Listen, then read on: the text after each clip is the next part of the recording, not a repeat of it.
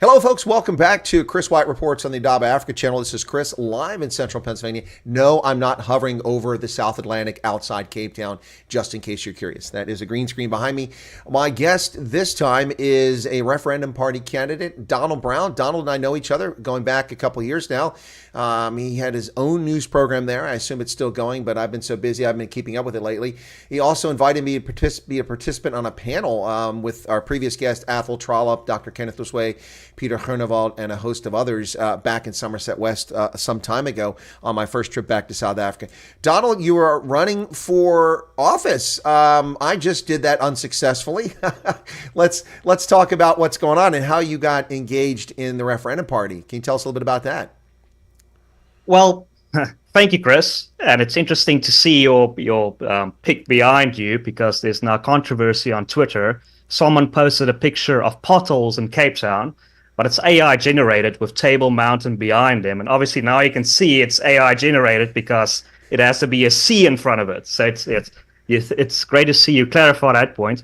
So Referendum Party, it's about fighting for a first world future. With Worldview, we saw that things are really going downhill in South Africa. That's to a large degree I got involved in a lot of organizations like the United South Africa movement, many of these organizations trying to fight and create a sort of a UDF movement, to call it like that, to coalesce and unite political parties, labor unions, etc., because winning an election, South Africa election, with the multi-party charter is a huge task. I think they're currently polling at like 34%.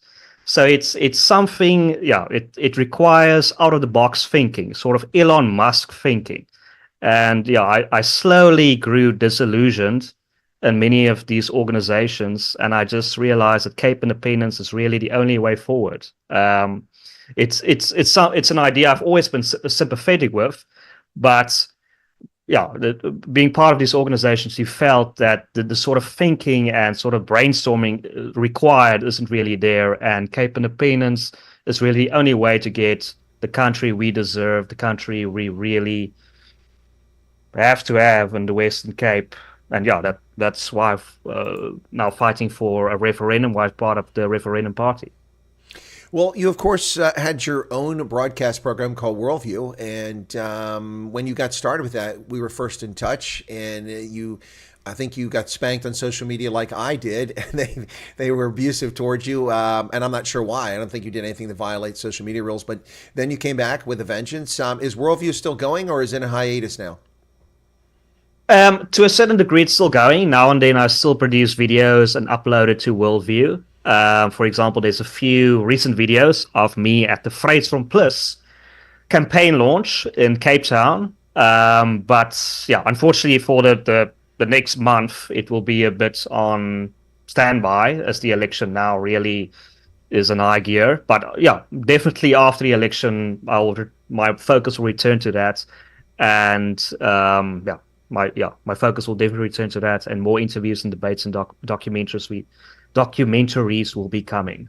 So all right. Well, I think some people, of course, are interested in that. You've had some good viewership on that program, so hopefully, whatever the outcome of the election, hopefully you'll have some time to do that. A lot of my viewers are very concerned, like, well, if you get elected to the state legislature, does that mean there's no Chris Wyatt Africa? I said, no. I mean, if I get in the legislature, I'll go to the ethics office and ask about what, if any, restrictions there might be on my broadcasting. But I mean, you're not prohibited from outside employment, and this is my own employment. So it's I think a lot of people are hungry for honest views and a chance to get their eyes opened up with facts that aren't always shared by legacy media. So hopefully, whatever happens in the outcome, Worldview will still be around and still be doing things. And I look forward to another invitation for another event if you have one of those events. That was an epic event down there in Somerset West. I think I unintentionally inspired a number of people there who were kind of really excited about what I had to say. I think they were a bit surprised at how passionate a non-South African can be for South Africa's future. But the Referendum Party is passionate about protecting the population of the Western Cape from the depredations of a national government that's not returning anything to the province. It's milking resources out of the province, and economic refugees are flooding into there because the quality of life is much better than most places. Is that a fair assessment of what's happening in the Western Cape, or did I miss something? No, that's definitely true. Let me just add to your point. Definitely, if I get into parliaments, provincial or national, I definitely see myself doing more interviews because now you're there. So now you can easily grab an EFF member or an ANC member and a DA member, and you can have these panel discussions. And also, interesting to your point, now I definitely would consider having you on a panel in a future debate. Many of the audience members said it was so refreshing hearing you and hearing your perspective. And ironically, I think if many Americans were more involved in South African politics, things would be so much better because you give such a fresh and sort of entrepreneurial perspective on South African politics. I mean, my stepdad is, for example, American. He can't understand it. He can't understand that we have like councillors or parliamentarians that steal money and we just do nothing. He's like, you should go there. You should prosecute them. You should throw them out of the building. If more Americans were opinionated on South African politics and delivered their opinions, I think things would be a lot better. So, okay, the Referendum Party, I digress. Yeah, now definitely immigration, illegal immigration is a big problem in the Western Cape. I think Fadil Adams has also spoken about this recently. He quoted a figure of about 2 million illegal settlers now in the Western Cape. I don't know how accurate that is, but I think it's ironically, people say we are racist when we bring up this issue. Ironically, the people that are the most bothered about this are colored people. I mean, if we go to a lot of events, it's colored people that raise this issue. And it's not necessarily really an issue that we want to touch on. But yeah, it's colored people that are mostly, for even during apartheid, now again, they are the most victimized by this problem, put second in queue, pushed off their land. And it's a strain on public services. It's a strain on a lot of resources that we just can't handle. And unfortunately, we know by polling that these people vote for the EFF. They hate the DA. And the EFF is now the largest growing party in the Western Cape. I think recent polling puts the EFF at 13%. Julius Malema recently did a rally in Gugulethu, and it was packed. And Gugulethu township in Cape Town, and it was packed. There was hundreds of people there. So it's really a problem that we see that really potentially within 10 years from now, the DA will no longer be governing the Western Cape. So we urgently need to have Cape independence now to have some sort of control of our borders, control of our immigration, that we don't lose control over the issue. Well, historically, of course, I'm going to come back to the point in a moment, but historically, the Cape there was no South Africa until 1910. The Union of South Africa Act from the British Parliament established South Africa from the Cape Colony, from the Natal Colony, from a host of Trekboer republics like the Orange Free State and the South African Republic or the Transvaal, and then also some African kingdoms, and amalgamate all this and created South Africa. So the South African identity as such, from that standpoint, didn't even exist until just a little over a century ago. And of course, in 1948, the National Party seized power through the ballot box, although the voting rolls were skewed so that rural voters counted for more than urban voters. But they seized power in 1948 and then began implementing a system of separate development, which evolved into a very racist system. And that lasted until 1990, and then 94, the all-race elections. And so there's really not a long history of South Africa as such. So a lot of people talk about, where's Cape going? Well, Cape was pushed into an amalgamation, and now a lot of people seem to want to go away. But before you address that, I did want to clarify something. Robert King, when I had him on as a guest, one of my viewers asked a question, and you used the term here, so I got to clarify. Now, I use the term criminal alien invader. What I'm talking about in America is people who violate our sovereignty as a sovereign nation, cross our borders and enter this country illegally, and they are criminals. They are not welcome, and that's not xenophobic. It's not racist. While we welcome millions of people to this country every year, many of them immigrants from all over the world, most of them so-called people of color, which I take offense to. I'm pink. That's a color. So you've just mentioned illegal settlers. That was the term I think you used, illegal immigration. Are you referring to foreign nationals coming in the country, and Robert said the same thing, or are you talking about people who come from other provinces? And the reason I asked the question is because unless I'm unaware of something, if people come from a different province into the Western Cape, I mean, it's South Africa. That's not. So where's the origin of the term? Is it talking about foreign nationals like Zimbabweans and Lesothoans and so on, or are we talking about South Africans coming in from the rest of the country? Yes, sorry, Chris. No, that's perfectly valid point. No, I'm referring to mostly people who occupy land illegally in the Western Cape. Okay. Crossing the border. Yes, there we go. No, that's the main problem. And we see it from footage, we see it from coverage, that it's a main problem. People just coming into many townships, many areas, and simply just placing their, their shacks there and saying, now, this is my new home. And by doing so, it's a very sensitive topic. But unfortunately, if you do that in droves and then put a strain on public services, that's a huge problem for the Western Cape. And it's not a question of really prohibiting anyone by race. Well, it's not. We don't want to exclude anyone by race from coming to the Western Cape. It's just getting control over the issue. That's the main issue. Just getting control over the issue so that we can have control over it, and that it doesn't become a runaway, out of control issue. Well, I think that helps clarify the point. What you're getting at is people illegally occupying and creating settlements, oftentimes in places where they shouldn't even be, in low-lying wetlands and places like that, then screaming that they have no services. It's interesting because one of my viewers, when I interviewed Neil De Beer yesterday, came on and made some comments and then posted on my video. And he asked the question, have you ever been in Dunoon, Hanover Park and Khayelitsha? And I said, well, Dunoon, yes, indeed, I have been there. And in fact, he's blaming the Democratic Alliance for the lack of services and for the conditions in places like that. But the reality is that, and he starts talking about the Group Areas Act but that's from 1950. Anyway, the point of the story is here blaming people in government now for events that have been set in motion a long time ago, and events that continue to be put in motion by people illegally occupying land and then demanding services. So Dunoon was surveyed in 1996 under the ANC for settlement. There was nothing there. The government built some RDP type housing there, and then other people flooded into the area from around the country. And now they turn around, he's saying that, well, these people were put there by the Group Areas Act. That's fiction. And this story gets perpetuated and lied about. And Khayelitsha is one exception. That was actually laid out as a township, although there were already people there back in 1986 when it came into being.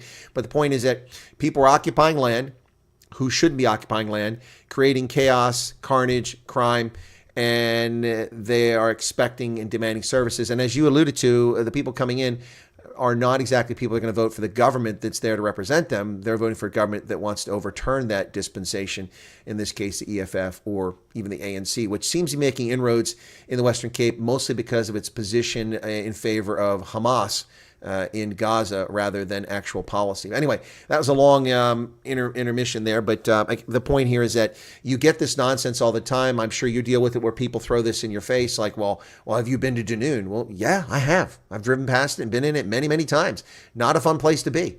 I've driven right by the spot where all the cable theft takes place, and they burn the cables right there, and the cops do nothing about it. Anyway, so I'm telling more of a story than asking a question, so I apologize for that, but I guess I'm still fresh from having responded to that video.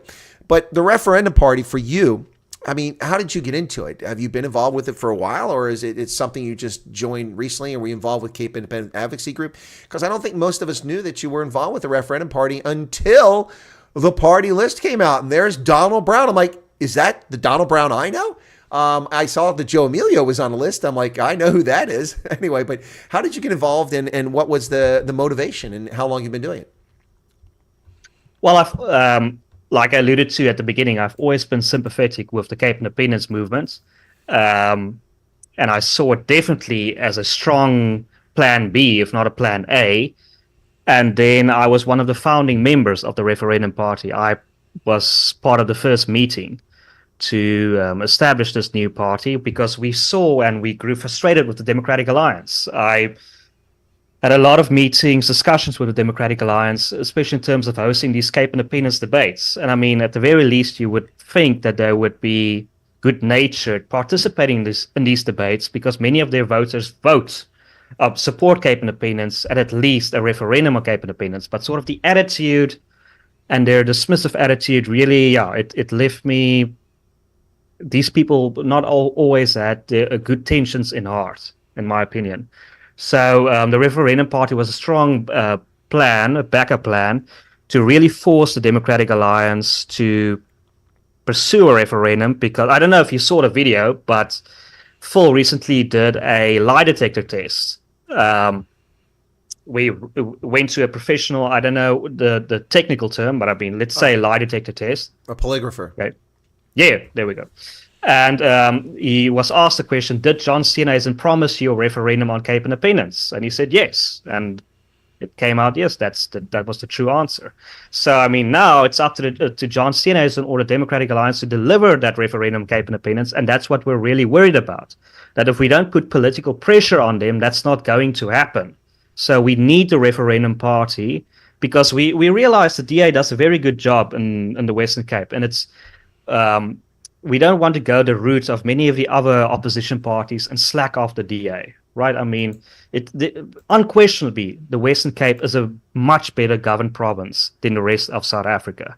All we want is a DA government plus a referendum on Cape Independence. So that's all we are pursuing. We just want Democratic Alliance, not John Steenhuisen or Gordon Neil Lewis or even the Referendum Party decide Cape Independence or the future of the Western Cape.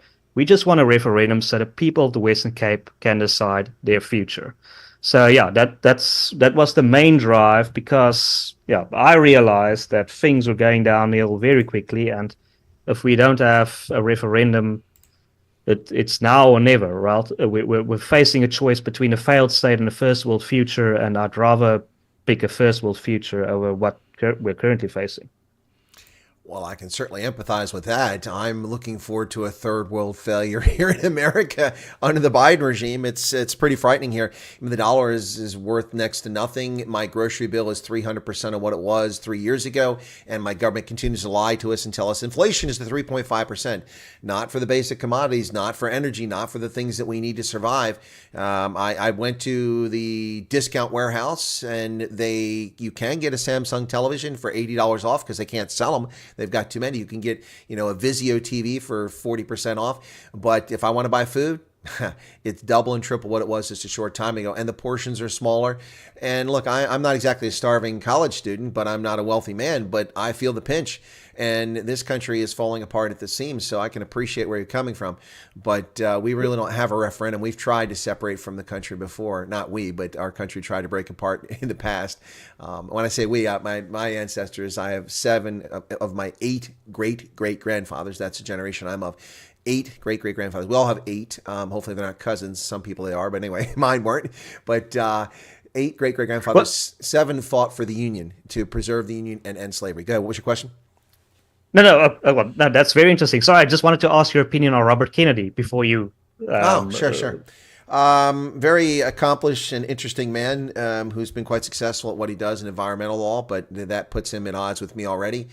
Most of the environmental law is meant to punish human beings and deny us from using the bounty of the planet, which is here for our use. I'm different in the aspect that I'm not a green wacko. I'm a conservationist, and a conservationist protects the environment, restores the environment, and takes good care of it, and is a good steward. Kennedy is an interesting guy. He hasn't got a snowball's chance of accomplishing anything in the election other than getting some name notoriety, and that's mostly because the mainstream media have been hiding his candidacy and lying about him, and has been constantly under attack. But I also consider him to be, for such a learned man, to be quite naive. He made a stated comment a couple of months ago that the reason why we have difficulties with the communists in China is because we have not been accommodating to them, and we've been antagonistic. In fact, it's quite the opposite. The Chinese communists are the ones who have been antagonistic. We were the ones that foolishly, under the Clinton administration, sponsored their entry into the World Trade Organization, knowing full well they had no intention of following World Trade Organization rules and would use protectionism to protect their economy while running a mercantilist economy at the expense of developing countries around the world. And we are not antagonistic towards the Chinese. They're the ones who are building artificial islands, destroying the natural environment in the Scarborough Shoals, in the Paracel Islands, and so on. And they are the ones building aircraft carriers to challenge the world's hegemon and to threaten global sea lanes. It's not us, it's the Chinese, and Kennedy is completely wrong on that. I'm shocked at how naive the man is. But hey, we've all got our shortcomings. Interesting. Yeah, so there you go. Yeah, so with the Referendum Party, as you say, there's kind of a timeline on this, with the numbers of people still flooding into into the Western Cape, I should say, well, into South Africa too, but into the Western Cape in particular. The demographics are simply, and I'm not talking about race-based demographics, I'm talking about affiliation demographics. People affiliate with things like Mkhonto we Sizwe or the Economic Freedom Fighters, or even people still affiliating with the ANC. Those demographics are eventually going to overwhelm.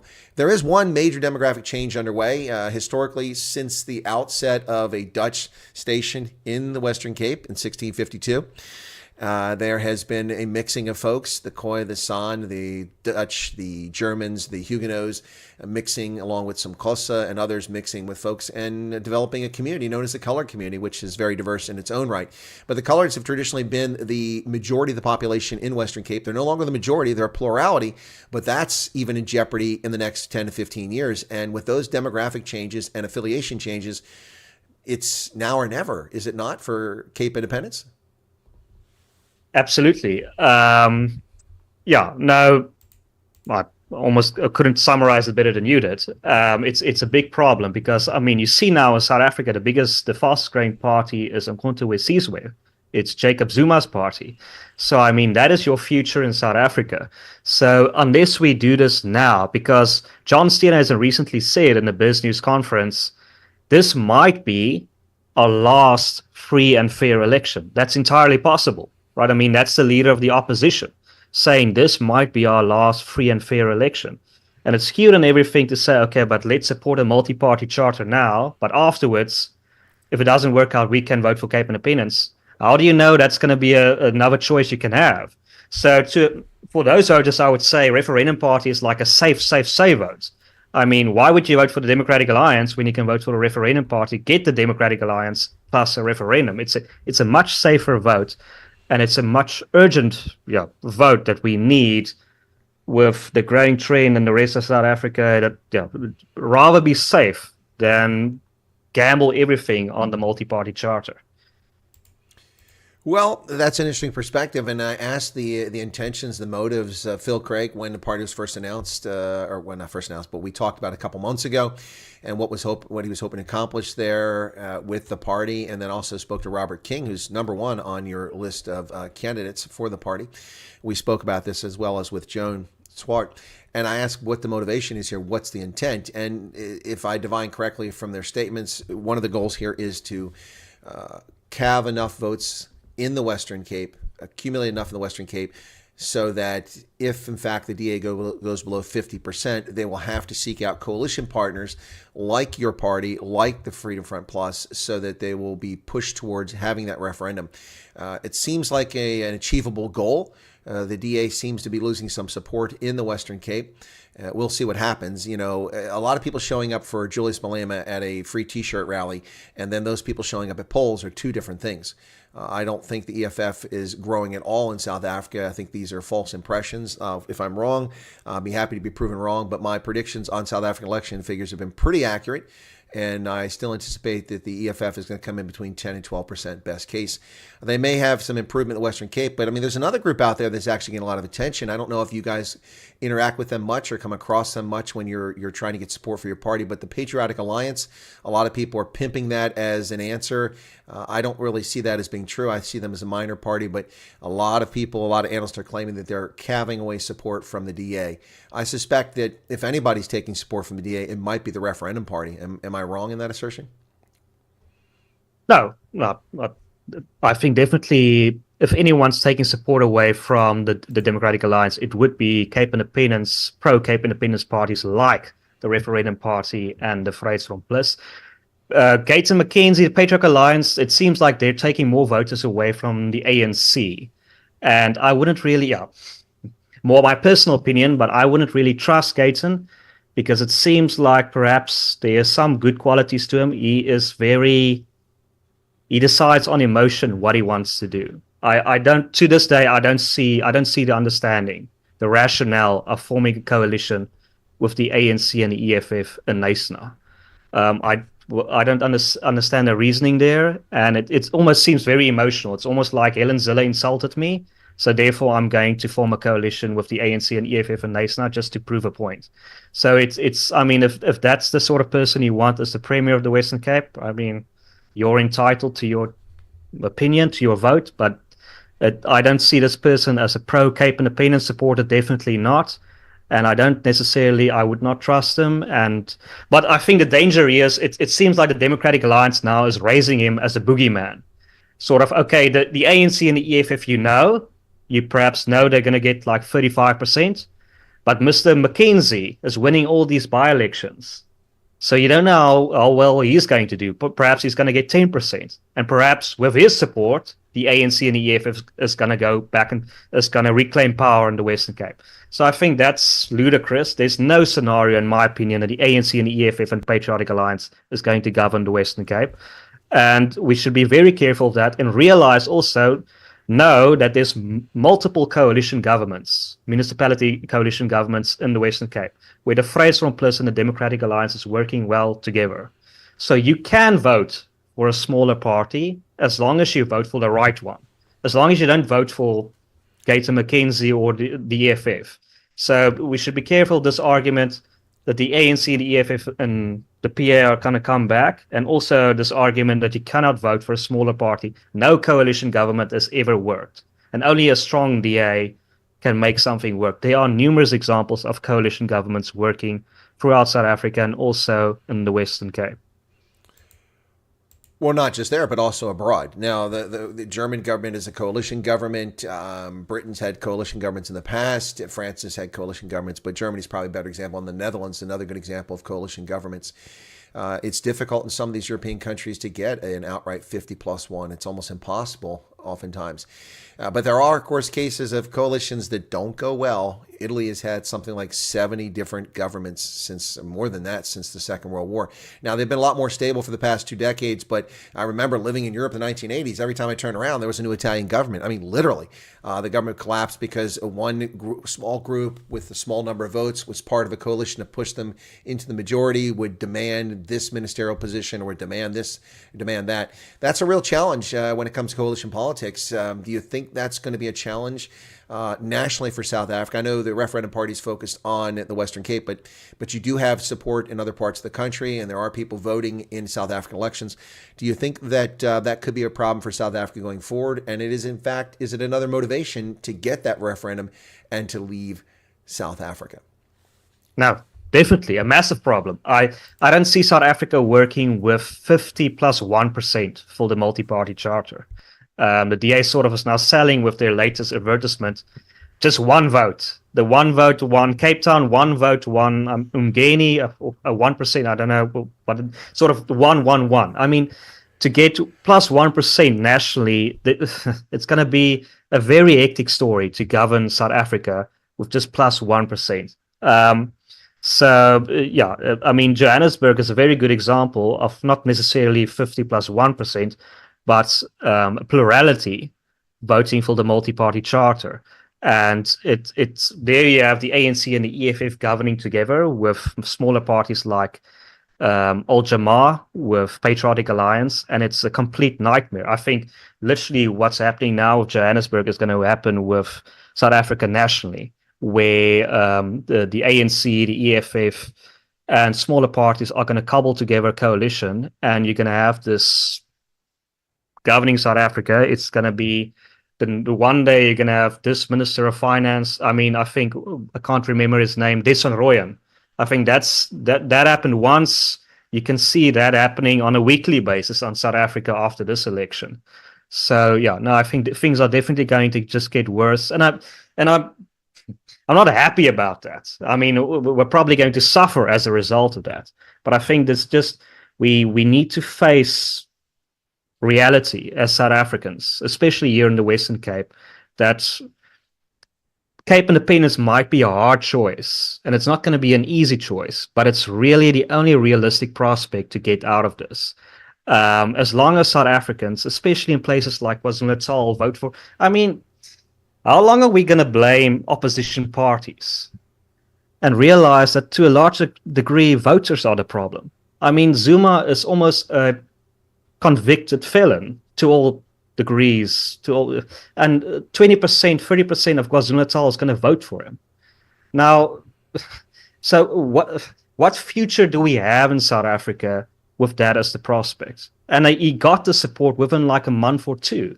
So no, I'm not very optimistic about the future of South Africa. I think most South Africans have to face the reality that South Africa does not have a positive future, at least for the next 5-10 years. And Cape Independence is really the only way out of this. Coalition governments is going to be, I think, a disaster.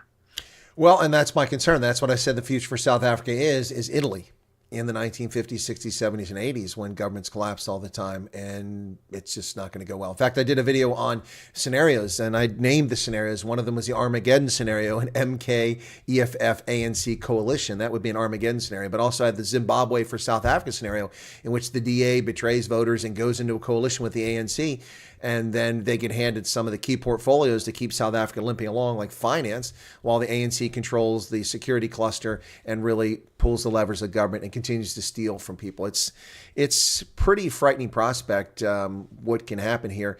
You know, not many people are talking about this, and I haven't spent much time talking about it, but let me get your thoughts because you've worked in media and you've also seen this stuff up close as well. I suspect that a number of these smaller parties are just going to implode during this election and just, if don't disappear, they're going to become nothing. I've heard from General Bantu Holomisa, whom I have a personal relationship with, and I've interviewed him many times. I suspect that the UDM they are going to have a hard time getting votes this time. Al Jamaya, I don't expect to see them around after this with seats anywhere because of the arrival of 31 new parties, some of which are getting traction. Even those getting a small amount of traction, like Action SA, are still pulling 4% or plus more of the national vote. I think that's going to have a devastating impact, not Action SA for Al Jamaya specifically, but like MK for parties like Al Jamaya or, the point here is that I think a lot of these smaller parties are going to evaporate after this election. Any thoughts on that? Do you think that's accurate? I mean, we really can't predict it, but my suspicion is that is going to be the case. Yeah, no, definitely. I think many of these parties, I would say, are sort of legacy parties, quote unquote. So they're legacies of apartheid. Or the transition from apartheid to a democratic South Africa, and many of these parties, like the parties you mentioned, that I don't get into trouble. I think they're going to slowly fade away because sort of their voter base or their argument was always framed in that period, but now we're having a political realignment, and issues are changing, things are changing, and therefore the voters' perspective are changing, and they're going to be less likely to vote for this party. And I think more and more what you see is people voting along tribal and nationalist lines, like for a Zulu party like MK, or for Cape Independence parties like the Referendum Party, the Vryheidsfront. You're going to see that more and more happening because I think to a large degree that's sort of South Africa. I mean, South Africa's named after a point on the map. It doesn't really have any real history. It doesn't really have any cohesion ever. I mean, it's rugby tournaments. I mean, we play great rugby, but it's rugby tournaments that's to a large degree holding us together. So I think you're going to see more like a Xhosa party, a Zulu party, a Cape Independence, sort of Western Cape-based party. This is more what you're going to see the future. Yeah. Or many of these parties that you mentioned are going to transition to that and going to espouse those political talking points, and then they're going to gain more voters again.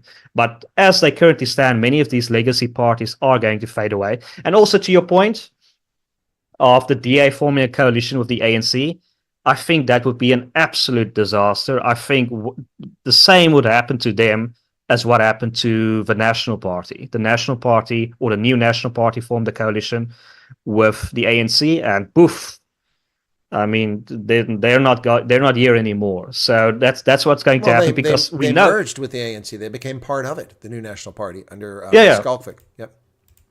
But what we know from polling is that to a large degree, many people just vote for the DA, quite frankly, because they're frightened of the ANC. They're terrified of the ANC.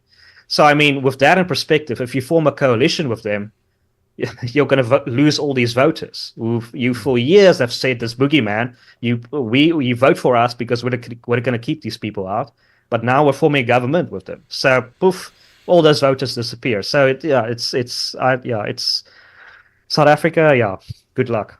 Well, it's a fair point, but it presents a conundrum for me, a problem. Having been not lifelong, but my adult life lifelong supporter of the Springboks. If in fact there does wind up being Cape Independence someday, do I continue to support the Springboks or do I support the Dasi? What's the national side going to be for the Cape Independence? Is it going to be the Rock Hirinks, the Dasi? I mean, I don't know what it's going to be, but it won't be the Springboks. Anyway, just seriously, back to the point here. So it's May 30th, and the Referendum Party has done better than people expected, and they go down the list for names. Your name appears on the list, and you wind up either in the national parliament, which works out of Cape Town, or you wind up in the provincial legislature, which also works out of Cape Town. So you won't have to relocate regardless of the outcome. But let's say you're in office now. What's that going to be like for you?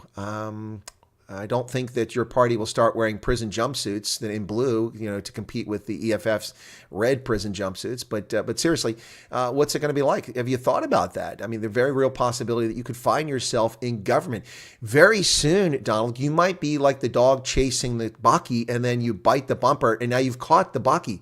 What are you going to do with it? What are your thoughts? Well, first of all, just to address your point on the rugby team, it's sort of interesting. Phil knows a lot more about this, and I think you probably have spoken to Phil about this. But Ireland, Northern Ireland, and you probably noticed, Northern Ireland, Ireland have the same rugby team. So it's entirely possible that South Africa and independent Cape of Good Hope can still have the same rugby team. I don't know precisely how that the management and logistics. It will be interesting because if South Africa implements quotas and the Cape of Good Hope is dead set against that, it'll be interesting how that works out. And I think at the end of the day, an independent Cape of Good Hope might have a much better rugby team than South Africa because we don't have quotas. So that's one thing actually to look forward to. Parliament, to be honest, I'm not really that. Getting involved in politics, it's like Donald Trump once said, he thought real estate people were terrible. And then he got into politics and he realized, wow, these people are skanks. And it's sort of what I'm now also realizing. It's a very shady business. There's something inherently anti-meritocracy about politics. It draws in many cases the weakest and not the brightest people to the top, unfortunately. So I don't see myself, quite frankly, lasting long in politics. And it's all, I will just do my best to fight for a referendum, and so I'm most likely going to end up in national parliament if we get the votes, which I'm sure we will do. But a national parliament, and then I will drive the issue of Cape Independence, and I can promise you they're going to hear about it every day. Because I can be a ruthless bastard, a prankster. I'm going to make sure in every scenario they're going to hear about the issue of Cape Independence. So I definitely plan about it. I'm excited about it, but once done, I don't see myself making a career out of it because it's a very, very shady business. Then I want to go back to entertainment, back to media company Worldview, doing debates, interviews. That's a much more interesting prospect. Well, that is an interesting response, and I appreciate that. There's a bit of chat, lively chat going on here as we have our conversation. I haven't had a chance to bring questions in with my last interview because Ethel Trollop had to arrive late. Now, there have been a lot of comments here, but not really questions directed at you or me. But there is one comment here, and I'll make it, and then you can comment if you'd like. Joking Atheist is responding, John Jarvis, saying, can you give me an example of policy where the DA wished to implement that as a light version of ANC policy? Well, I can't give you positions where the ANC mirrors the Democratic Alliance mirrors the ANC. The Democratic Alliance is perfectly comfortable with state-owned enterprises, parastatals. That's anathema to capitalism. As a dyed-in-the-wool capitalist in the spirit of Adam Smith and David Ricardo, I find that repulsive. No institution should be owned by the state that competes with the free market. That's not the role of the state. And that the DA and the ANC are in lockstep. They think state-owned enterprise. The difference is the DA thinks they can run them better. I think they should be spun off to the public and then let the free market handle it. That's one policy. Another policy is that the DA is quite fond of giving handouts. They've given an amount. They're going to increase the SASA and the old age grant and things like that. They seem to think that handouts are the answer to South Africa's future. That's a policy that's very much like the ANC. I don't know if you want to comment on either one of those, Donald, but that's just two examples that come right to mind about how the DA has policies very similar to the ANC, because a lot of people call them the ANC light. Yeah, no, that's definitely true. And I think, unfortunately, towing back to political party talking points, unfortunately, that's what happens if the DA has to fight in elections in South Africa. To a certain degree, they have to. I remember in the UK, they had the saying that the Labour Party was too right wing for England and too uh, hopefully I get this wrong. Excuse me, too right wing for Scotland and too left wing for England. And at the end of the day, the Labour Party started splitting up. And to a certain degree, that's what's happening to the Democratic Alliance in South Africa.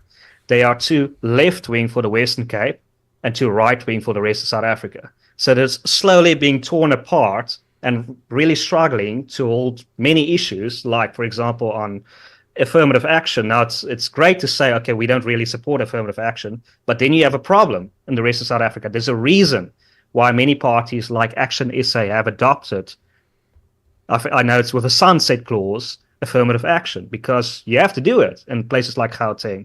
Many people believe you should have. I think the CIG has done polling on this, and correct, yeah, I might be speaking on a correction, but I think like 68% of black voters said that South Africa, the question was, South Africa is a country that belongs to all races. Okay, wait. Let me just get this right. South Africa.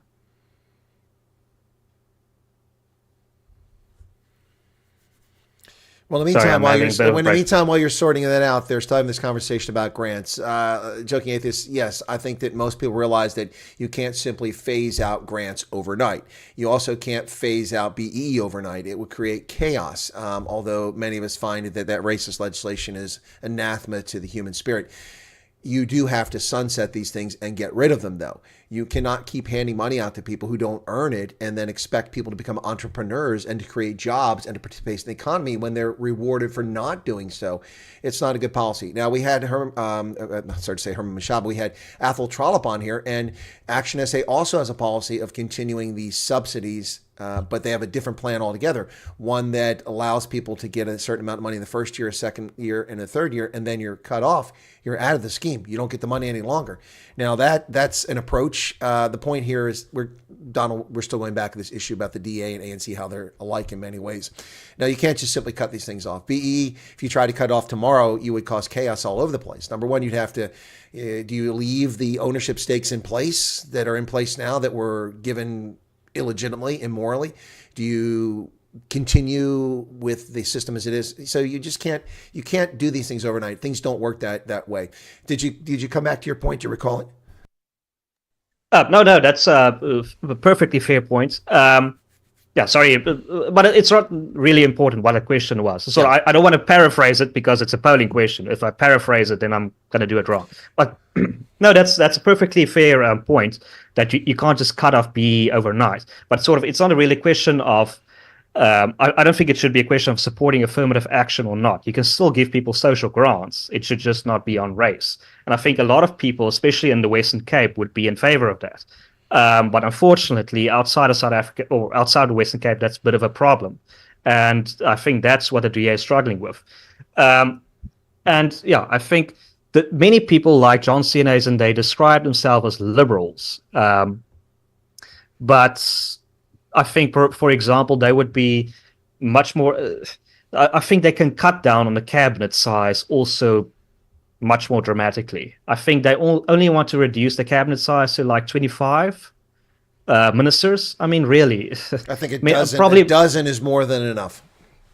Yeah, I mean, honestly, obviously you need courts. I mean, to now deliver sort of a personal and a radical point. Obviously, you need courts in South Africa. You can't survive without a legal and justice system. But even to a sort of absolute point, what do you even need a minister of justice for? What does this person do on a daily basis? Honestly, I would love to, a worldview, to love to do a documentary and to see what a minister of justice do every day. I want to follow him around and see what this person does. Because honestly, I don't even think you need, to an absolute degree, a minister of justice. And to clarify that point, a minister. That doesn't mean to get rid of the courts. Obviously, you need the courts. But what does a minister of justice, even to an absolute exaggerated point, do? And obviously, I wouldn't even be in favor of getting rid of them, but sort of now to a lesser degree, a minister of sport, a deputy minister of sport, a minister of police, a minister of transport. What do these people do? Yeah, so it's And yeah. by comparison, here in America, for things like that, for the police, we don't have a national police. The closest thing we have to it's the Federal Bureau of Investigation, or as I prefer to call them, the Federal Bureau of Incompetence. But the FBI is under a director, not under a minister. It's a much lower level. It's not the same prestige. Same with the intelligence agencies. They're not ministers of intelligence. The director of national intelligence is not a cabinet official. The cabinet is small. These things work directly for the executive branch, and the list goes on and on and on. The Social Security Administration. We don't have a minister for Veterans Affairs. We have a Veterans Administration, which is another one run by a director, all of which report to the executive branch. And there's nothing wrong with that. I'm not saying our system is ideal, but it certainly makes a lot more sense, and it keeps bloated government to a lower level than what you've got in South Africa. I mean, under Jacob Zuma, there were 63 ministers, if people recall, 63 at one stage. That's absolutely insane. It's a joke. All that does is create patronage networks for people to have perks and blue light escorts and things like that. And I think that's really what people need to realize here. It's just crazy how many people, I still scoff at the fact that South Africa has 400 members of parliament. I think that's ludicrous. A country of your size should have no more than 200 at most, probably 150. 400 members of parliament? I mean, what's that all about? That's just crazy. And the worst, and then we have provincial parliamentarians. Okay, I'm speaking against my own potential future paycheck, but then we have provincial parliamentarians, and these provincial parliaments or provincial governments don't even have any realistic power. So, I mean, now these people are also getting like the equivalent of national parliamentary salaries. What do these people do? And I think they're just a rubber stamp for legislation that gets approved by the other body, the national legislature. I think like in the last 10 or 20 years, the DA, and I mean nothing against the DA, it's just wow, useless provincial parliaments are. They haven't even proposed a realistic bill besides like annual budget bills. They haven't even proposed a realistic bill. I think the Powers Bill is the first real bill that they've proposed. So I mean, it's crazy in South Africa. There's a lot of people making a lot of money in the state, in the bureaucracy, and quite frankly, it will be better served for everyone if they didn't get it. Yeah, no, it's I can't disagree. It's a lot of people getting paid a lot of money to do a lot of nothing. That's the bottom line. That is the bottom line here. So let's roll the clock forward in the future. The year is 2034. And after secession successfully achieved, the Cape of Good Hope is an independent republic with relations with South Africa and within SADC and with the United States and the developed world. What do you see yourself doing 10 years from now? Will you be like the host of Cape of Good Hope television morning show? Or what are your thoughts 10 years in the future? Have you thought about that? That sounds very interesting. Definitely something equivalent to that. Ideally, I would like at that point to really have my own media company in the Cape of Good Hope, the new Cape of Good Hope, and to produce good quality news, good quality debates, good quality documentaries that sort of, I don't really, it's something new. It's not BBC and it's also not your Daily Wire. It's something in the middle that it gives you professional quality content, but also some admission that we all are biased to a certain degree. And to produce, there's not really a good analogy or a good example of a media company that I can give that would be an example of that. But definitely worldview, producing good quality documentaries, debates, interviews like BBC question time debates where you have your panelists and you have your audience members also giving their comments. No, I definitely see that as the future. I don't see myself as a parliamentarian because, quite frankly, I think being a politician is very overrated. And the more I think so too, and not just because I lost. I've been saying that all along. In my audio I did for a radio spot, I talked about how Davy Crockett had gone to Washington as a representative. People asked him to run for office. He ran. He went and represented his state, and he spent a couple terms in there, and then he came home, and he went back into the private life. And that's what I think people should be doing, not spending. Most people shouldn't be. There's a few exceptions, it's okay. But most people shouldn't be spending their entire adult lives suckling off the teat of the taxpayer in government at the provincial, the municipal, the national level. They should be focused on contributing to the private sector and going to government now and then when it's necessary to make a difference and represent your fellow citizens. But I mean, that's not what we have. Look at America. Nancy Pelosi is 8,625 years old, and she's been in Congress for all but 20 of those years. You know, I mean, it's absolutely ridiculous. And Mitch McConnell and Chucky Schumer, the Crypt Keeper in the Senate. It's unbelievable. We had Strom Thurmond, who was nearly 100 years old and spent almost 70 years in the federal government. And to do what? What did they accomplish? These people simply foist policies on us. And it's not much different in South Africa. You have still in the ANC a list full of people who came in government in 1994 and have never left government since 1994. They're still sitting there on that party list of 200 candidates for parliament. It's really sad.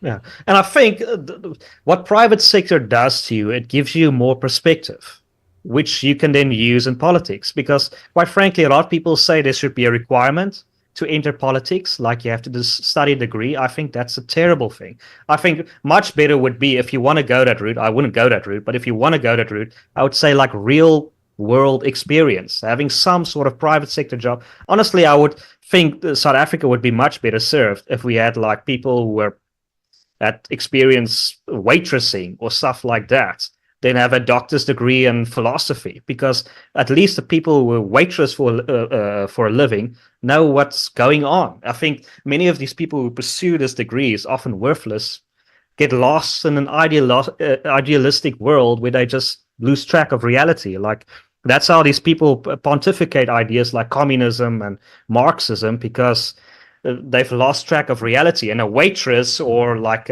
someone delivering petrol to your car, he would know this doesn't work because I'm going to lose my job, or I might have lost my job. So there's something about real life experiences that just makes you a better politician, which I think most politicians in South Africa don't have, probably worldwide don't have. Well, that dovetails with a point that I've always made. I said, look, we're required in uniform to respect the office. So we're constantly buffeted by these congressional junkets who travel overseas, ostensibly to learn about our foreign policy, to be better informed to make decisions in Washington. But really, they're just vacations for members of Congress, most of the congressmen who come on these things. So we call them CODELs, congressional delegations, and they are rectal bleeding for people working in an embassy, because you have to deal with their obnoxious, recent master's graduates, 24-year-old snot-nosed little liberal turd balls who think they're privileged and entitled, and try to boss around people that have been doing this for decades and know what they're talking about. And then these congressional delegations come out there and they come out and they think they're special.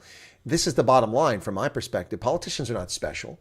They're not special at all. In fact, if you look at our Congress, 435 members of the House of Representatives, I'll tell you that of that 435, we'd be lucky if we could scrape together 75 servant leaders who are in office to represent the interest of their constituents and the nation as a whole, not for self-aggrandizement, not for personal enrichment, not for craven political power. And in the Senate, with 100 members, maybe 25 meet that standard. And that's disgusting. These people think they're special, and it's even worse in South Africa and in Africa, where they endanger pedestrian safety and public lives with their reckless handling. I mean, look at Paul Mashatile now. Finally, the court case is happening. I'm going to report on that today about these thugs who forced a car of SANDF soldiers off the road in the northeast corner of Joburg and beat them senseless, beat the man almost into a coma because their feelings were hurt. They thought they're special. Now, they did it on behalf of Paul Mashatile. I'm not blaming him for it, but that attitude, that arrogance carries across, and they're nothing special. They've accomplished nothing in their lives. Getting elected is not an accomplishment. It's a popularity contest. That's what it is. People need to recognize that. So being a politician doesn't make you special. What you do as a politician can make you special. If you represent the people, if you're honest, if you're forthright, if you're transparent. But that doesn't describe 85% of the politicians on this planet. What are your thoughts on that comment? 100% right. Absolutely. I think Billy Connolly, right, a comedian from Scotland. Billy Connolly, yeah. He once made a comment, he's toured the entire world. Okay, probably not literally, but most of it. And the one thing you realize is the people are great. Politicians everywhere are the worst. It's always the politicians that are the problem. So yeah, no, I 100% agree with you.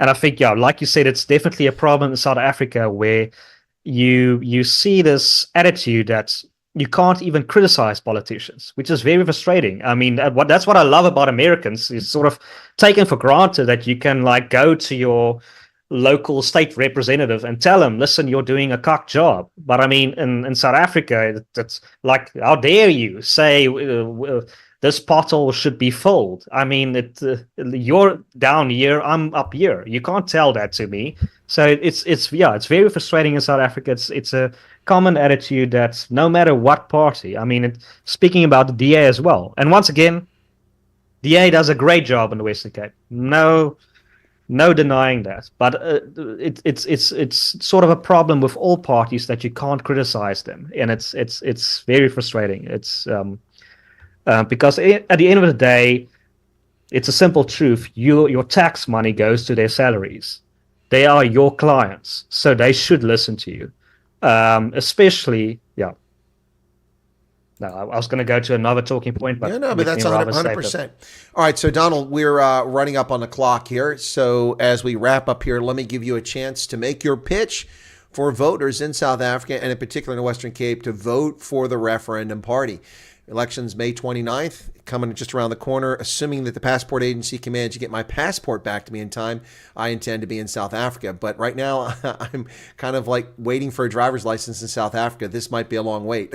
So my passport is not back yet. It's approaching a month now that they've had it. Hopefully, I'll get it back soon.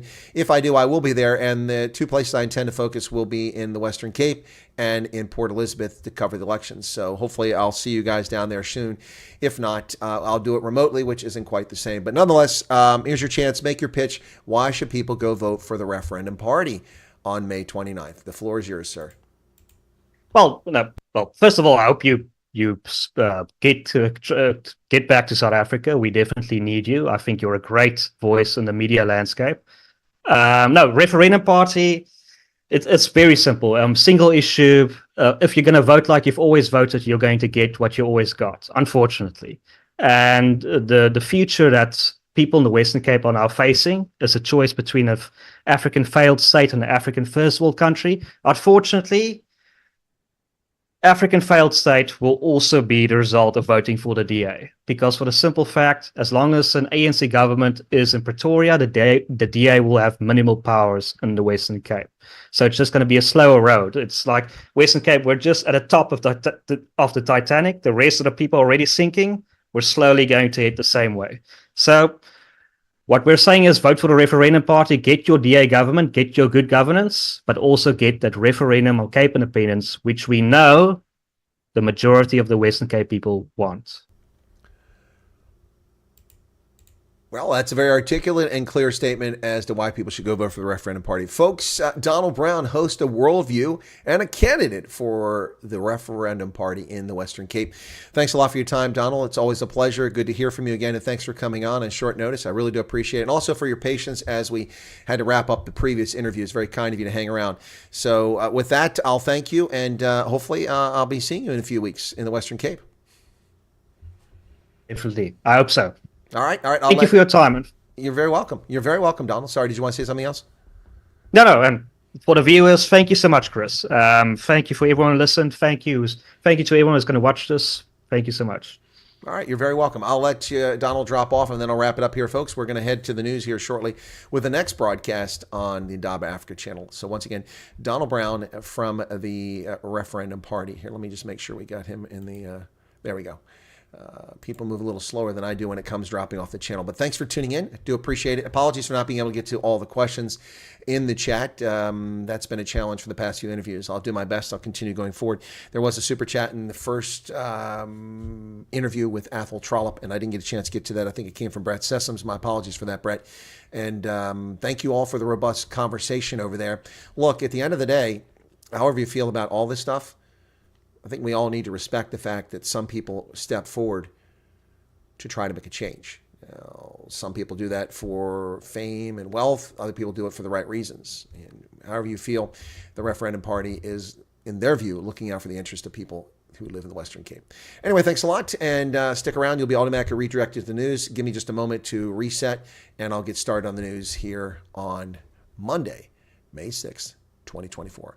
Thanks a lot to my guest, Donald Brown, and we'll see you guys here in just a couple minutes on the news. Cheers. Thank you so much.